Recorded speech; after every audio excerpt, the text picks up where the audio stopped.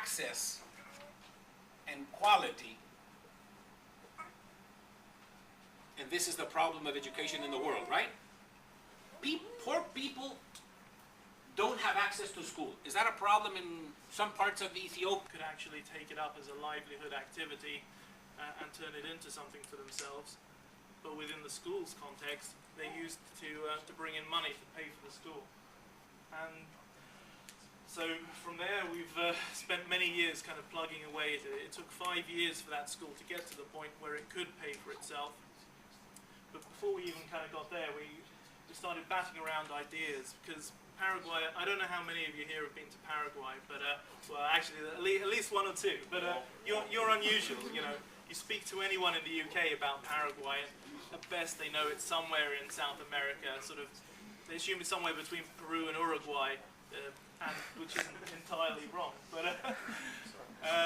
but yeah, I mean, basically nothing comes out of Paraguay is the kind of the traditional view. So if we kind of just left this as one amazing school that just worked nicely as something in itself in Paraguay, the world would be sort of really losing out.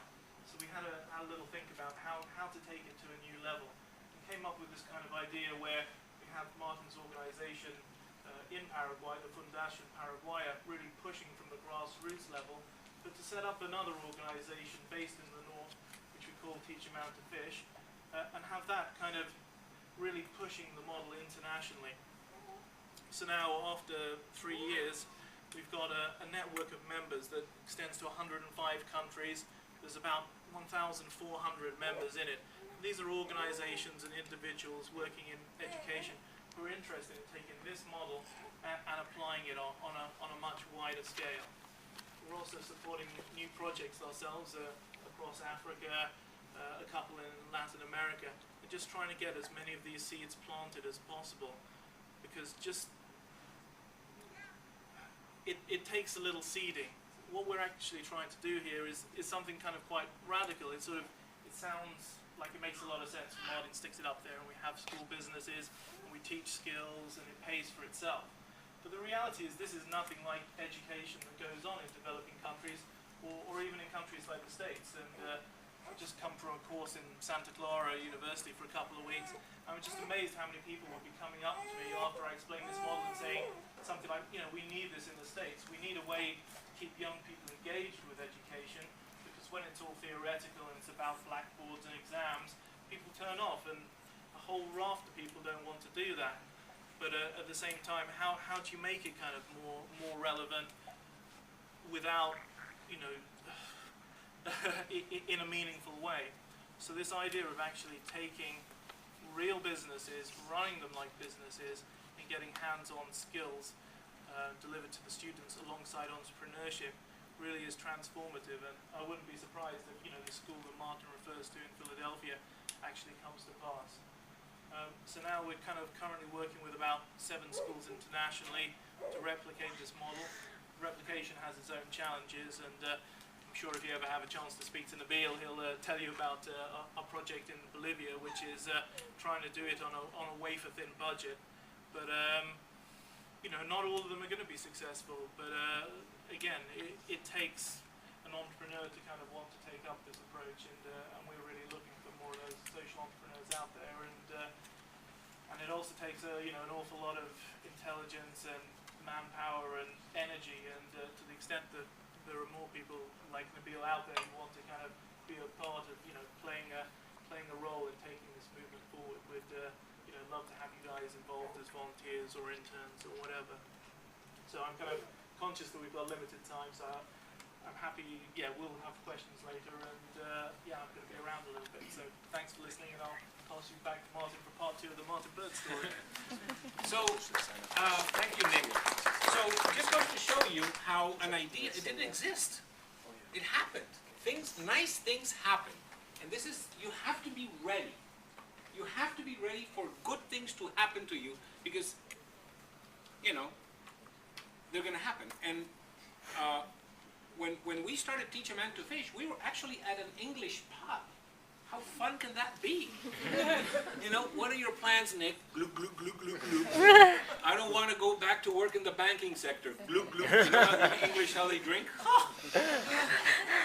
after we drank a few pints, It's normal, yeah. we came up with the idea, let's create an international organization. And we have an international organization.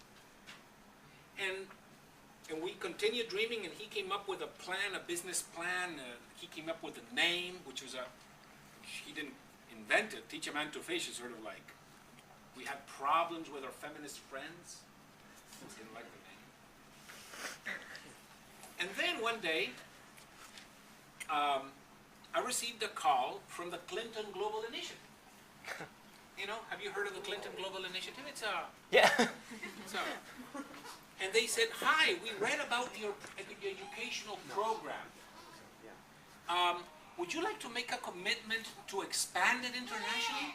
Sure. How much money do you need? Excuse me? How much money could you use if you, how much money do you want? Can I call you in a while?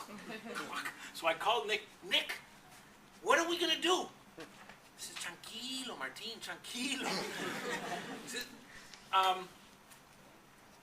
we need, okay, why don't we go to 50 countries in the next 10 years, and we will need seed money, sort of $500,000 per school. Let's ask for $25 million. Okay. Hello? Hi, the call was not good. Can you hear me now? Yeah. As of your question, we could use $25 million. No problem, no problem. What? And so we have a program that is worth $25 million to go to 50 countries by the year 2017. Okay? And now, once we said it, it sort of like became material. And now it's written on a piece of paper, and there are people calling and says, hey, I would like to support a portion of that to go to South Africa. I would like to support a portion of that to go to India. And so we are now, there are 55 organizations in 27 countries that have manifested some interest. How fun can that be? And this brave soldier was in Bolivia, in one of the 55 places this summer. So can you tell him he's part of this program? Ambassador Corps intern. Ambassador Corps program. So Nabil, you went to Bolivia with your bow and arrow. So tell us your experience.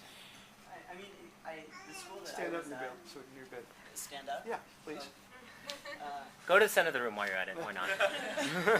I'll project from here. Well, No, they can't see you. Come here, come here. Yeah. No, It's leadership training. well, the school I was at was 3 years old, and it was starting up.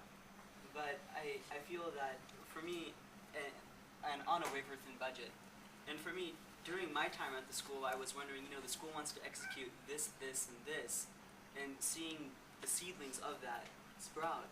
And then I was wondering, so what does the school aspire to? And then I had the opportunity to visit Martin in Paraguay, and then on the way back, meet Nick. And that really honed it for me, seeing sort of from the visionary aspect and then a bit of the financial aspect, where the school was going. And I mean, it's really nice to see students buy into projects. And I felt that's what I definitely saw at the school in Paraguay and was beginning to see in Bolivia. That's all I forgot.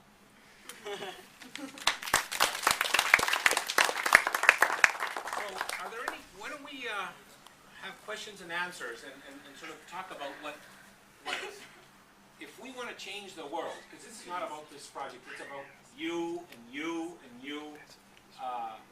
Some students want to change the world. They don't even know where to start. Some students want to change the world. They don't even know where to start. So they have antagonistic and hostile parents. Some people may not have hostile parents, but they say, how am I going to pay a mortgage? Yeah? how gonna live a normal life and still have a social impact.